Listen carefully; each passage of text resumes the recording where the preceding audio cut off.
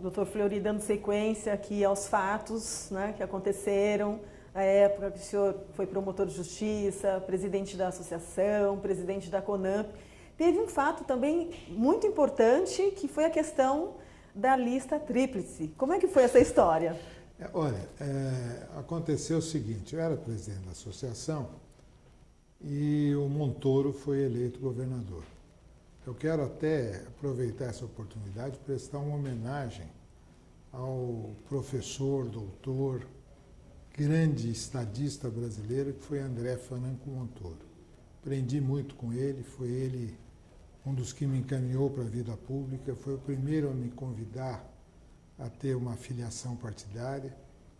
E eu participei da elaboração da campanha dele e, na época, inclusive, ficamos muito amigos. Ele gostava muito do Ministério Público, porque pela ligação do PDC, Partido Democrata Cristão, que tinha o Chopin, tinha o Darcy Passos, que eram promotores, o próprio Plínio de Arruda Sampaio, que eram todos muito ligados ao Montoro. Muito bem.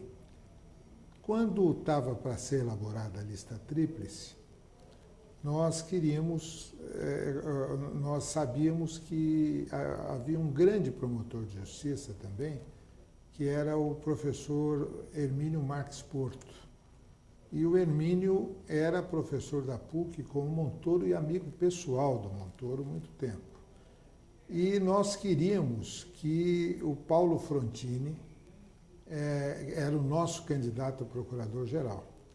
E o nosso receio é que, elaborada a lista tríplice, o Montoro escolhesse o Hermínio e não o Frontini. E aí, quando tivemos contato com o Montoro e entregamos para ele uma lista de reivindicações do Ministério Público, dentre elas, nós colocamos a nomeação do mais votado. Ele assumiu o compromisso de nomear o mais votado. A partir daquele momento, então, coube ao Paulo Salvador Frontini, com nosso apoio, conquistar a liderança dos votos.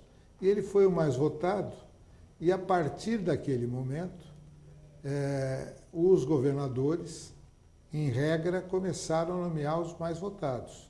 O Montoro nomeou o mais votado, na reeleição do Frontini ele nomeou o mais votado, depois o Quércia nomeou o mais votado, depois eu nomeei o mais votado, sempre, né? Isso só se quebrou com a eleição do Mário Covas, que não escolheu o primeiro colocado. Mas, até hoje, isso se espalhou no Brasil inteiro. Então, ficou quase que um compromisso não escrito, não está escrito em lugar nenhum que deva nomear o mais votado, mas por que nós defendíamos essa tese? Porque o mais votado é aquele que é mais aceito e mais pela própria instituição. Então haveria uma dupla confiança e o governador, ao escolher o mais votado, sempre estaria escolhendo em uma homenagem à própria instituição. Entendeu? Então, essa é a lógica da escolha do mais votado. E alguns governadores, quando governador, vários governadores falaram, essa história de escolher o mais votado, lá no meu estado eu não adoto, etc. e tal. Então, eu explicava para eles. E hoje, boa parte dos estados da federação nomeiam o mais votado.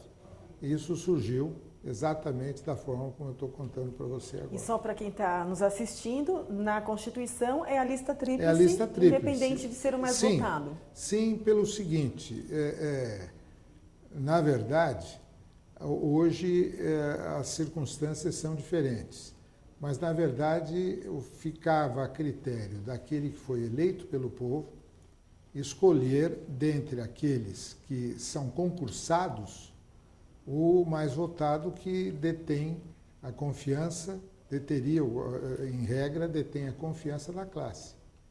Tá certo?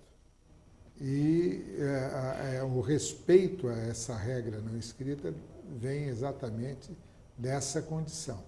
Essa é uma tradição que alguns governadores até diziam. Bom, então por que já não colocaram que tem que nomear o mais votado? Eu acho que a gente pode avançar para isso, em vez de lista tríplice, ser lista única, um nome só. O mais votado é automaticamente nomeado. Por que os governantes resistem a isso? Porque isso dá uma independência absoluta para o Ministério Público. Absoluta. Seria uma independência tão grande quanto a magistratura, que ela escolhe o seu presidente. Tá certo? Não tem lista tríplice de governador para a escolha de presidente do tribunal. Então, eu acho que essa é uma bandeira que o Ministério Público tem que lutar para conseguir. Nós não conseguimos. A nova geração tem que lutar para conseguir. Que o mais votado seja nomeado, sempre. Que é a vontade da classe. Que é a vontade da classe. Então, como há outras conquistas que precisam ser levadas em conta, há muitos pontos polêmicos ainda a serem discutidos. Voltando um pouco atrás, eu peço desculpas aos meus colegas que estão me assistindo, de idas e vindas, né? Porque à medida que a gente vai falando, vai se lembrando de fatos ocorridos no passado, então a gente acaba voltando a eles, né? Eu me recordo, por exemplo, de quando assumiu o governo do Estado, o Ministério Público tinha uma carreira de auxiliares ainda muito incipiente. E eu me orgulho de ter criado a carreira dos funcionários do Ministério Público, que com cargos estabelecidos, com carreira, evidentemente, com o passar do tempo, isso foi sendo aperfeiçoado. Mas também, como governador, eu fui o responsável por isso. E responsável também pela lei orgânica estadual do Ministério Público. E aqui eu tenho uma confissãozinha a fazer, que eu acho importante.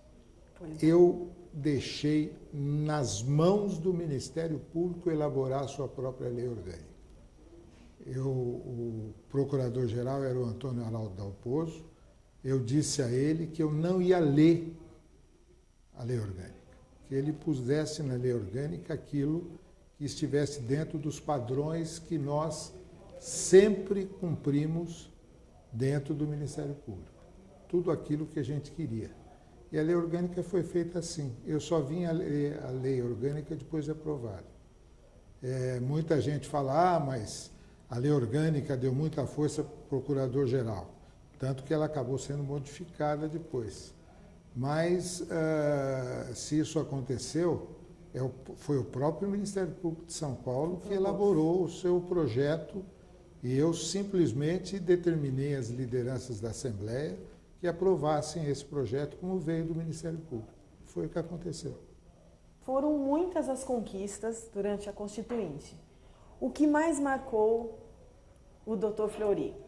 O que mais me marcou, eu sempre fui defensor ferrenho e absoluto da independência funcional do Ministério Público.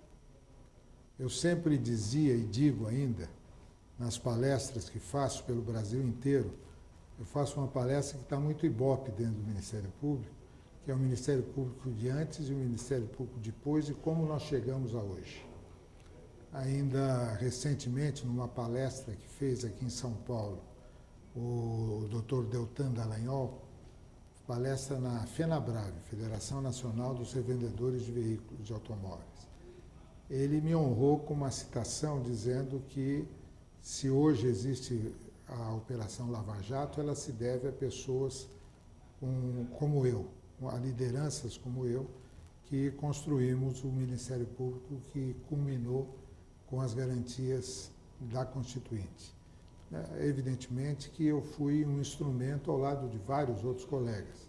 Por circunstâncias, eu era o presidente da CONAMP e fiz todo o trabalho preparatório juntamente com os meus colegas.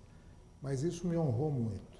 E a independência funcional me levava e me leva sempre a dizer aos colegas que a profissão de promotor de justiça, eu a escolhi e acredito nela, e sempre digo isso aos meus colegas, porque ninguém muda o que um promotor escreve. Ninguém. Quando o juiz erra, o acórdão é capaz de mudar aquilo que ele decidiu. Quando o promotor age no processo, se quiserem que ele mude alguma coisa, tem que substituir o promotor, nos casos que a lei prevê. E ninguém muda aquilo que ele escreve. É uma profissão que nos dá liberdade absoluta de ação e que exige, por causa disso, uma grande responsabilidade de saber o limite, até onde vai a obrigação do Ministério Público, até onde começam os direitos de outras autoridades. E isso, às vezes, se confunde, e às vezes os colegas se perdem um pouco. Mas a independência funcional foi a maior conquista que nós tivemos, que está escrito na Constituição, a independência funcional. E eu sempre fui um grande defensor disso, grande defensor, sou ainda, tá? Hoje me preocupa, assim, em termos, vamos dizer assim, em termos jurídicos, numa discussão maior, até onde vai a independência funcional e se ela não colide com a segurança jurídica. Porque, como o Ministério Público é uno e indivisível, ele, muitas vezes, isso tem acontecido, o promotor de justiça numa determinada comarca faz um termo de ajuste de conduta com a prefeitura, o termo de ajustamento de conduta, e aí muda, ele é promovido, ele deixa a cidade, e vem outro colega que ignora esse termo e move a ação contra a prefeitura em plena vigência de um termo de ajustamento de conduta. Isso, a meu ver, não é uma consagração da independência funcional, é sacrificar a segurança jurídica, que é um valor tão importante quanto a independência funcional. Eu acho que essa é uma grande discussão que o Ministério Público vai ter que travar internamente, vai ter que ter essa discussão, encontrar o melhor caminho para que não venham outras forças discutir isso sem o conhecimento do que é a independência funcional, que nós prezamos tanto, e venham até a cercear a atuação do membro do Ministério Público. Mas, a meu ver, essa foi a maior conquista, essa independência que tem o Ministério Público hoje. Ainda tem muita coisa a ser aperfeiçoada. Eu estou sentindo uma falta imensa do Ministério Público na discussão do combate ao crime organizado. Acho que o Ministério Público não está, como deveria estar, levando a sério o combate às organizações criminosas. Eu não vejo forças-tarefas do Ministério Público se organizando para combater organizações criminosas, e as organizações criminosas estão tomando conta do nosso país. E eu não entendo porque o Ministério Público ainda não se posicionou, não passou a discutir isso. Nós temos especialistas, mas esparsos. Não existe uma conjugação de esforços para enfrentar, como deve ser enfrentado, o crime organizado. Essa que é a verdade. Me desculpem aqueles que discordam, mas é o que eu vejo. Vocês vejam o seguinte, vou dar um exemplo. O PCC, no meu governo, era um time de futebol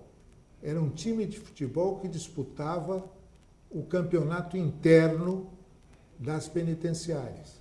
A partir de 95, com a posse dos novos governos que me sucederam, eles tomaram conta, primeiro das prisões e depois tomaram conta das ruas.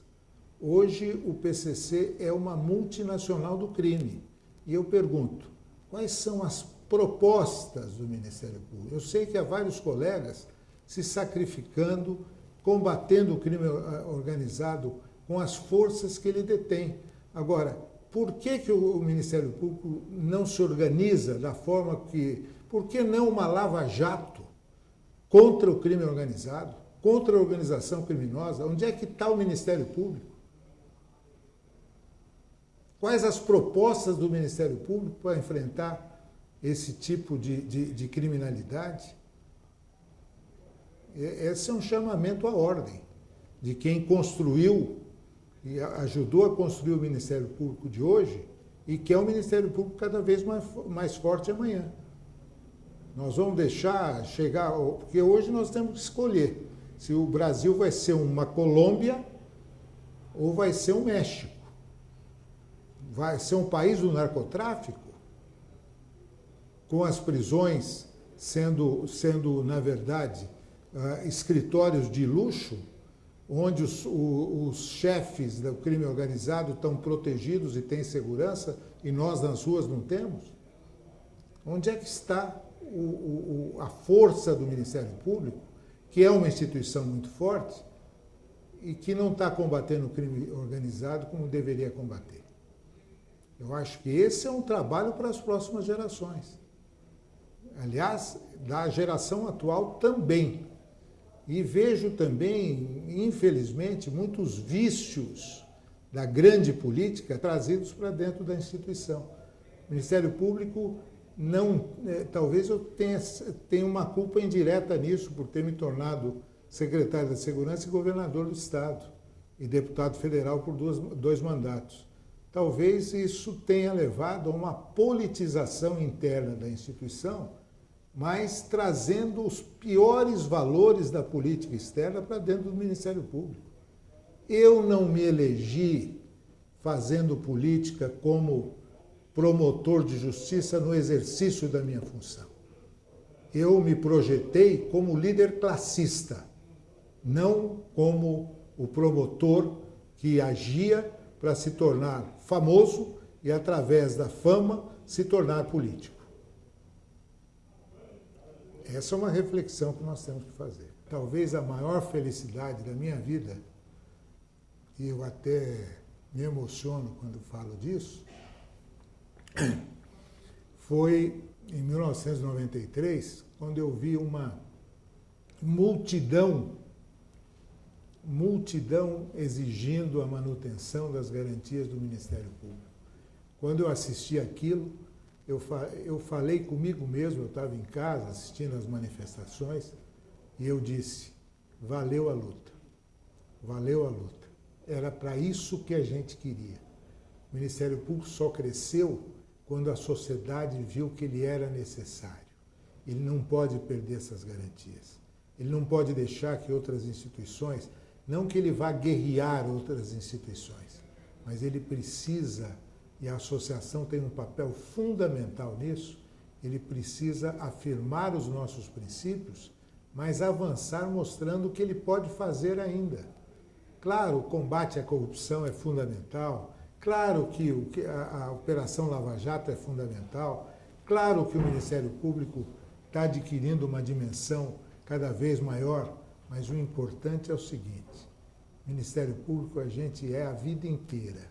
Quem entra nessa profissão nossa como trampolim para ser um grande jurista, trampolim para ir para a magistratura, trampolim para planos pessoais, entrou na profissão errada. E uma vez que a flecha do Ministério Público nos atinge o coração, a gente é promotor a vida inteira. Eu agradeço muito a Deus por ter me levado para essa carreira. Essa é a minha vida. Obrigado.